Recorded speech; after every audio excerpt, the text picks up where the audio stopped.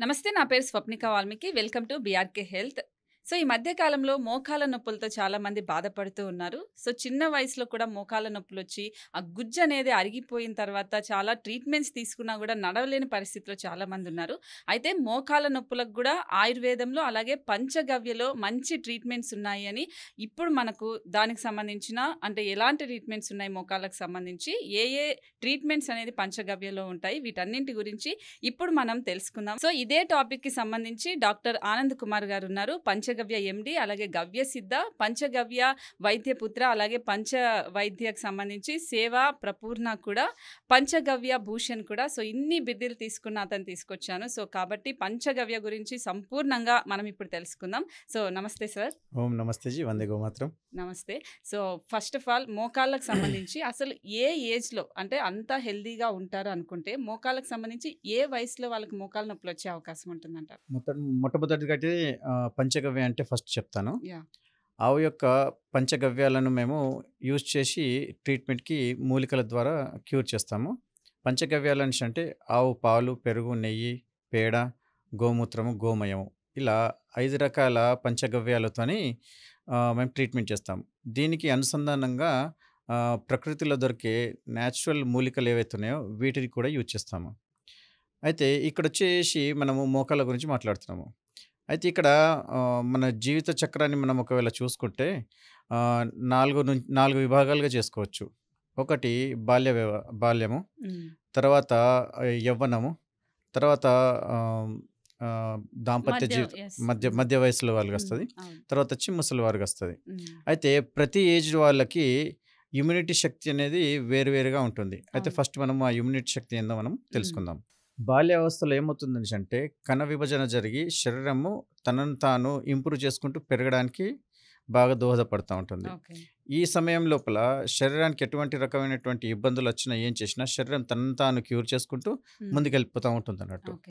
తర్వాత వచ్చేసి మిడిల్ వ్యవస్థ లోపల ఏముంటుందనేసి అంటే ఏదైనా ఆహ్, ఇబ్బంది జరిగిందనుకోండి శరీరానికి, అది తనను తాను క్యూర్ చేసుకోవడానికి సమస్థితి లోపల బాడీ బ్యాలెన్స్ చేసుకుంటా ఉంటుంది. అందుకోసం మనకెక్కువ కనిపించదు. ఓకే. అలాంటప్పుడు ఇంకోటి ఆహ్, మధ్య వయస్కులు అంటే ఈ ఏజ్ ఎలా ఉంటుందంటే మీకు 40 నుంచి 50, 55 దాకా వస్తుందన్నట్టు. హ్మ్. ఈ ఏజ్ వాళ్ళకేముంటుందంటే ఆహ్, ఈ ఇమ్యూనిటీ శక్తి అనేది తటస్థంగా ఉంటుందన్నట్టు.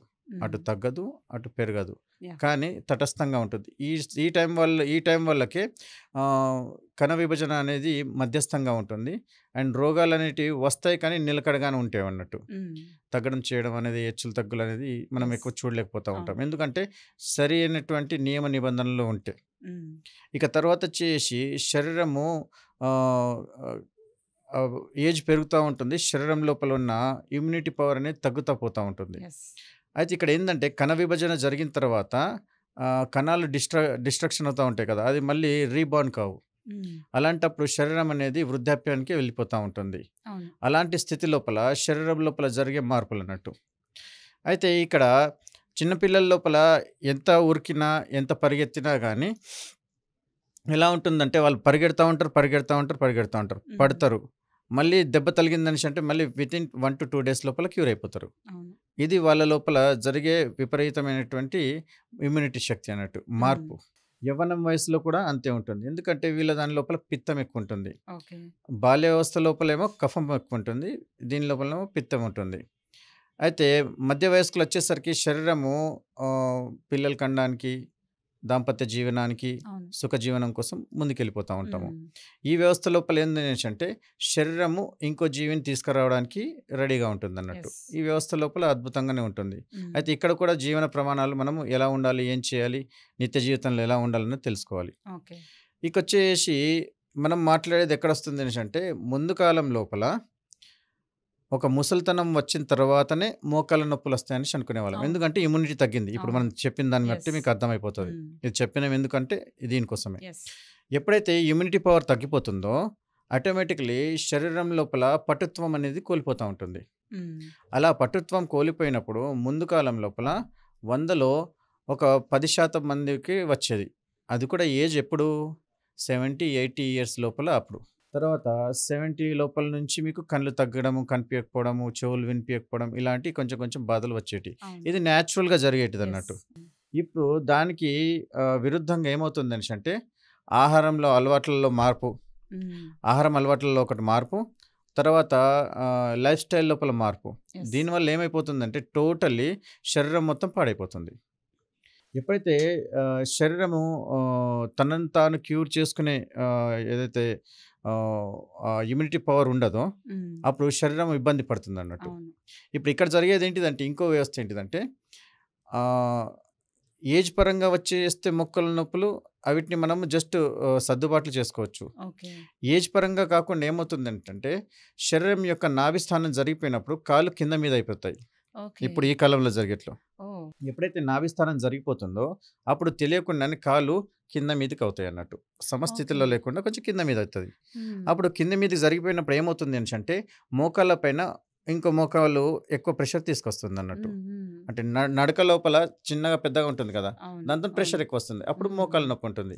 ఈ ఓకే. మోకాలు నొప్పి విపరీతంగా అయినప్పుడు అప్పుడు రాపిడ్ అవుతుంది. ఇదే యాక్చువల్లీ జరిగేది మోకాళ్ళ యెస్. నొప్పి లోపల. యెస్. చాలామంది ఏమనుకుంటారు అనేసంటే అలా నొప్పిలేస్తుంది చేస్తుందనేసి అనుకుంటారు. హ్మ్. అయితే శరీరం లోపల నాభి స్థానం జరిగిపోయిన తర్వాత కాలు కింద మీద అయితుంది కదా! హ్మ్. అప్పుడు జరిగినప్పుడు విపరీతంగా మోకాళ్ళు రాపిడి జరిగిపోవడం వల్ల లోపల గుజ్జు జరిగిపోవడం చేయడం జరుగుతుంది. అవును. ఒక్కొక్కసారి ఈ కాలు నొస్తుందనేసి చెప్పి ఇంకో కాలుని మనము దాని మీద ప్రెషర్ పెడతాము. యెస్. అప్పుడు దీని మీద ప్రెషర్ పెడితే దీన్ని వదిలేస్తాము. అలా యెస్. 2 మోకాళ్ళ నొప్పులు దానికి స్టార్ట్ కూడా అయిపోతాయి. ప్రాబ్లమ్ అయితుంది. అయితే ఇక్కడ ఏం చేయాల్సొస్తది? నాభి స్థానాన్ని బ్యాలెన్స్ చేసి కాళ్ళని సమస్థితికి తీసుకొస్తే ఓకే. అప్పుడు శరీరం మీద బ్యాలెన్స్ కరెక్ట్ ఉంటుంది. యెస్. ఎప్పుడైతే శరీరం యొక్క బ్యాలెన్స్ పోతుందో అప్పుడు మోకాళ్ళ నొప్పులు స్టార్ట్ అయిపోతాయి. ఓకే. బట్ ఇది మనం ఈ పంచగవ్యలో నాభికి సంబంధించి అలా స్టేబుల్‌గా తీసుకొచ్చే అవకాశం ఉంటుందా అలా? ఉందండి. హ్మ్. 3 నిమిషాల్లో చేసేయొచ్చు. ఒక ఓహ్! పర్ఫెక్ట్ పంచగవ్య నిపుణులు ఎవరైతే ఉంటారో వారు హ్మ్. నాభి సెట్టింగ్‌ని వితిన్ 3 మినిట్స్‌లో ఖచ్చితంగా చేయగలుగుతారు. ఓకే. అయితే దానివల్ల ఏమవుతుందంటే ఇమ్మీడియేట్‌లీ ఉపశమనం పొందుతారిక్కడ. హ్మ్. ఇమ్మీడియేట్‌లీ ఉపశమనం అనేసంటే ఇప్పుడు కుంటుకుంటూ వచ్చిన వ్యక్తి హ్మ్. అతను చేయగానే ఇమ్మీడియేట్‌లీ నడవడం స్టార్ట్ చేసేస్తారు నార్మల్‌గా. ఓకే. మళ్ళీ ఫర్దర్‌గా గూడా ఏం సమస్య ఉండదు. ఉండదు. ఓకే. స్ పర్మనెంట్ సొల్యూషన్. ఇది పర్మనెంట్ సొల్యూషన్. ఓకే. అయితే ఇక్కడ ఏం చేయాలంటే కొన్ని ఆహ్, ఎలా ఉండాలి? ఏం చేయాలన్నది ఇక్కడ రీజన్స్ ఉన్నాయి. హ్మ్. అయితే మనము ఫస్ట్ ఆఫ్ ఆల్ ఎప్పుడైతే బరువులు లేపుతామో మన యొక్క కాళ్ళ పైన బరువు పెట్టేసేసి లేపాలి. హ్మ్. రెండోదొచ్చేసి జంప్స్ చేసేటప్పుడు చూసి చేయాలి. స్టెప్స్ ఎక్కేటప్పుడు స్టెప్ బై స్టెప్ ఎక్కాలి. స్టెప్స్ బై దాటుకుంటూ వెళ్ళకూడదు. హ్మ్. అండ్ అథ్లెటిక్స్ చేసే వాళ్ళ పిల్లల్లో కూడా బాగా జరిగిపోతా ఉంటుంది నాభి. కానీ యెస్. ఈ రోజుల్లో దీని గురించి గమనిస్తలేరు. ఓకే. అయితే ఇట్లా మోకాళ్ళ నొప్పులు అంటే వచ్చిన వాళ్ళు పెద్దవాళ్ళలోనే కాదు పిల్లల్లో కూడా ఇలాంటి పిల్లల్లో సమస్య కూడా వస్తుంది. వస్తుంది. అయితే ఓకే. అందుకోసం ఏం చేస్తున్నాం అనేసంటే చిన్నప్పుడు మసాజ్ చేసేవాళ్ళం. హ్మ్. హ్మ్. అవును. మసాజ్ చేసి కాళ్ళని లాగేవాళ్ళం. హ్మ్. ఐడియా హ్మ్. ఉందనుకుంటా. అలా కాళ్ళు లాగితే చేస్తే బాడీ బ్యాలెన్స్ అవుతుందన్నట్టు. ఓకే. సో, బట్ ఈ అలాంటి మోకాళ్ళ నొప్పులకు సంబంధించి మనకేదైనా డైరెక్ట్‌గా ఇప్పుడు ఇప్పుడు థెరపీ కాకుండా ఇప్పుడు డైరెక్ట్‌గా దానికే తీసుకునేది. దానికే వస్తున్నాను. యెస్. హ్మ్. ఇదెందుకు చెప్తున్నాననేసంటే మసాజు హ్మ్. Part of the treatment. ఇది పెద్దవాళ్ళలో, చిన్నవాళ్ళలో చేసుకోవచ్చు. అండ్ హ్మ్. వావిలాకులతో స్నానం. యాహ్! దీనివల్ల ఏమవుతుందంటే వాతం తగ్గిపోతుంది. హ్మ్. అంటే మోకాళ్ళకు నొప్పులు రావడానికి మెయిన్ కారణం వాతం కూడా. యెస్. సో, ఇప్పుడు తినే ఆహార పదార్థాలు, తినకుండా ఆహార పదార్థాల గురించి చెప్తానిక్కడ. ఓకే. ఇప్పుడు ఏవైతే ఆహారాలు తింటున్నామో దాని లోపల వాత ప్రవృత్తి పెంచే పదార్థాలు మనం తినొద్దు. హ్మ్. అదేవి అనేసంటే వంకాయ, ఆలుగడ్డ, గోరుచిక్కుడుగాయ, తర్వాతొచ్చేసి పన్నీర్, హ్మ్. పిజ్జా, ఆల్కహాల్, తర్వాతొచ్చేసి ఆహ్, నిమ్మకాయ. హ్మ్. నిమ్మకాయ మంచిదే అంటారు. నిమ్మకాయ కానీ, కూడా కానీ తీసుకోకూడదు. వాతం కదా! ఓకే. అంటే ఓకే. జీర్ణశయం లోపల జీర్ణశక్తి కరెక్ట్ ఉండదు. చింతపండు ఓకే.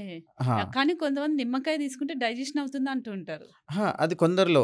ఇది హ్మ్. శరీరాన్ని బట్టి మీకు వాత, కఫ, పిత్తాలనేది అన్‌బాలెన్స్‌గా ఉంటాయి. ఓకే. మరి ఓకే. ఇలాంటి వాళ్ళు ఇంకేం తినొచ్చు. హ్మ్. అయితే నాభి సెట్ చేసిన తర్వాత వీళ్ళు వెల్లుల్లి, కారము, అన్నము ప్లస్ నెయ్యి హ్మ్. పుష్కలంగా తీసుకోవాల్సొస్తుంది. ఓకే. ఎవరైతే వెల్లుల్లి తినని వ్యక్తులుంటారో వారు నల్ల మిరియాలను తీసుకోవచ్చు. And okay. వీరు కొన్ని రోజుల పాటు పెసరపప్పు, అన్నముతోని తీసుకొని నెయ్యి ఎక్కువ తీసుకున్నారనుకోండి, వీరి యొక్క మోకాళ్ళ నొప్పులు తగ్గుతాయి. ఓకే. ఇంకోటి మోకాళ్ళ నొప్పి విపరీతంగా తగ్గడానికి మెయిన్ కారణం ఏందంటే జిగుటుతనం. ఓకే. శరీరం లోపల మృదుత్వం లేకపోవడం.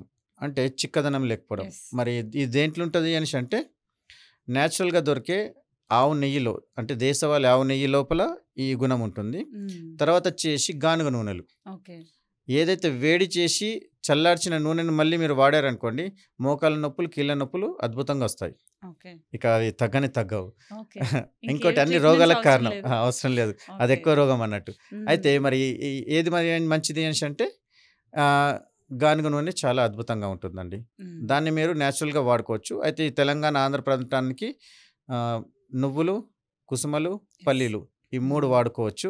ఇది హ్మ్. కాలానుగుణంగా మార్చుకుంటే అయిపోతుంది. 4, 4 ఓకే. నెలలు 4, 4 నెలల చొప్పున 3 4 ఎకరాలు 4 4, 12 అంటే హ్మ్. 3 మంత్స్‌కి 3 రకాల నూనెలు మనకు అద్భుతంగా ఈ ప్రకృతే ఇచ్చేసింది కాబట్టి మీరు వాడుకుంటే హ్మ్. మోకాళ్ళ నొప్పి నుంచి మీరు అద్భుతంగా ఉపశమనం పొందొచ్చు. ఓకే. Thank you sir. చాలా అద్భుతంగా చెప్పారు. సో, నేను ఇంట్రడక్షన్‌లో ఇచ్చిన విధంగానే అందరికి అర్థమయ్యేలాగా చాలా బాగా చెప్పారు.